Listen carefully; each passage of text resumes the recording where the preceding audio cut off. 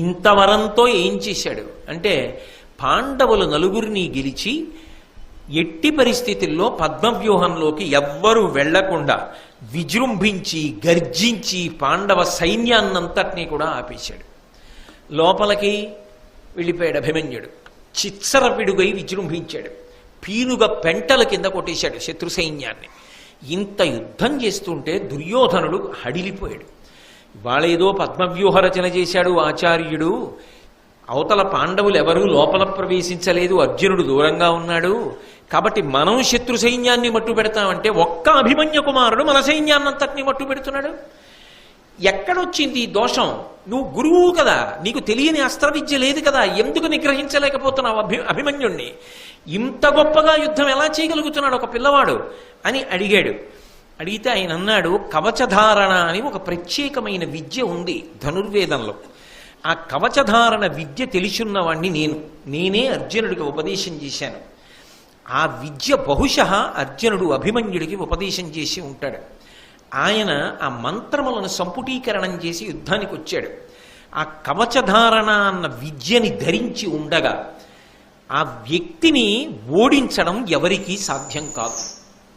అందుకే ఇవాళ అభిమన్య కుమారుడు కవచధారణ చేసి వచ్చి ఉన్నాడు కాబట్టి ఆయనని ఓడించడం నాకు కాదు, ఈ వైపు సైన్యంలో ఎవ్వరికీ సాధ్యం కావట్లేదు. దీనికి విరుగుడు ఒక్కటే ఒక్కటి ఉన్నది. ఏది చేసైనా సరే మనం ఆయన చేతిలో ఉన్నటువంటి విల్లు విరిగిపోవాలి. ఆ విల్లు పని చేయకూడదు. విల్లు విరిగితే కవచధారణ విద్య కాపాడలేదు. కాబట్టి విల్లు విరిగిపోవాలి. అలా చెయ్యగలరా? విల్లు విరగనంత కాలం ఇంద్రుడు కూడా ఏమీ చేయలేడు. విలువిద్య నియమం ఏమిటి? ఎదురుగుండా నిలబడి యుద్ధం చెయ్యాలి కదా. ఈ మాట ద్రోణుడు దుర్యోధనుడికి చెప్తుంటే విన్నారు. విని ఇక వేరొక మార్గం లేదు, అభిమన్యుడు ఇవాళ మట్టు పెట్టేసేటట్టున్నాడు సైన్యాన్ని అని, ఏది ఏమైపోని ధర్మం ఏమైపోని ఈ పిల్లవాడిని మట్టు పెట్టేయవలసింది అనుకుని కర్ణుడు అభిమన్యుడితో యుద్ధం చేయలేక ఓడిపోయినవాడు మెల్లగా దూరంగా పారిపోతున్నట్టుగా నటించి వెనక్కి చేరాడు. వెనక్కి చేరి వెనక నుంచి అభిమన్యుడు చూడకుండా బాణప్రయోగం చేసి వింటి నారి తెగిపోయేటట్టు చేశాడు. ఆ వింటి నారి తెగిపోయింది. తెగిపోగానే చేతిలో ఉన్న ధనస్సు పనిచేయలేదు. ధనస్సు పని చేయకపోవడం చూసి వెంటనే ఎదురుగుండా ఉన్న ద్రోణుడు బాణములు వేసి గుర్రాలు పడగొట్టేశాడు. ఇది ఎంతసేపట్లో? కను రెప్ప వేసి తెరిచేటంతట్లో కుట్ర చేసి వెనక నుంచి కర్ణుడు బాణ ప్రయోగం చేశాడు, ముందు నుంచి ద్రోణుడు గుర్రములను పడగొట్టాడు. వెంటనే కృపాచార్యుడు బాణప్రయోగం చేసి సారథిని చంపేశాడు.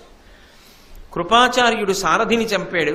అశ్వత్థామ, కృతవర్మ, శకుని, బాహ్లికుడు నలుగురు 4 వైపుల నుంచి ఒకేసారి బాణములు వేసేశారు. అవతల వైపు నుంచి ద్రోణాచార్యుడు, కర్ణుడు ఇంతమంది దగ్గరికి వచ్చి ఒక పిల్లవాడని కూడా చూడకుండా, అరేరే ఒకళ్ళం యుద్ధం చెయ్యాలని చూడకుండా రథం విరిగి కింద పడిపోయిన పిల్లాన్ని ఇంతమంది చుట్టుముట్టి కొట్టేశారు. ఆయన కత్తి పట్టుకుని పైకి ఎగిరాడు. ఎగిరి ఎందరినో దునుమాడుతున్నాడు. ఇది చూసి మళ్ళీ బాణప్రయోగం చేసి కింద పడగొట్టారు. కింద పడగొడితే పడిపోయిన రథ చక్రాన్ని తీసి ఆ చక్రంతో కొన్ని వేల మందిని చంపాడు. ఇక సాధ్యం కాదని అందరూ కలిసి ఏదో ఒక క్రూర మృగం పొదలో దూరితే అన్ని వైపుల నుంచి బాణాలు వేసి కొట్టి ఎలా చంపేస్తారో అలిసిపోయి నెత్తురోడుతున్న పిల్లవాణ్ణి అధర్మం అని కూడా చూడకుండా మొత్తం కురువీరులందరూ చుట్టూ నిలబడి అన్ని వైపుల నుంచి బాణములు వేసి కత్తులతో పొడిచి చంపేశారు. ఆ పిల్లవాడు రణభూమి యందు పడి ప్రాణములు విడిచిపెట్టాడు. ఛీ అని నిరసించారు ధర్మం తెలిసిన వాళ్ళందరూ. అభిమన్యుడిని మట్టు పెట్టాడు. సైంధవుడు పరమానందపడిపోయాడు.